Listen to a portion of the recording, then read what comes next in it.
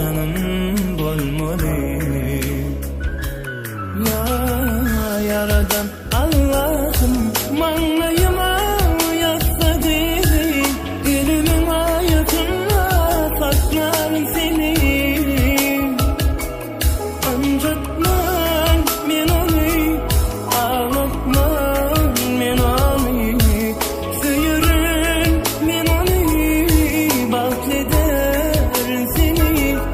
Anjatman men onu, ağlatman men onu, söyürün men onu, bakleder seni.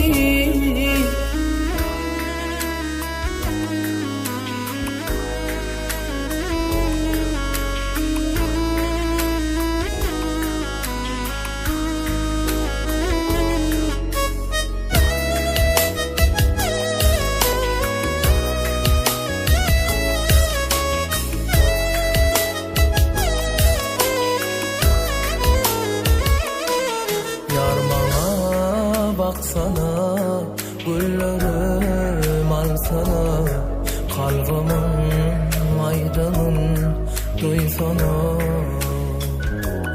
Ya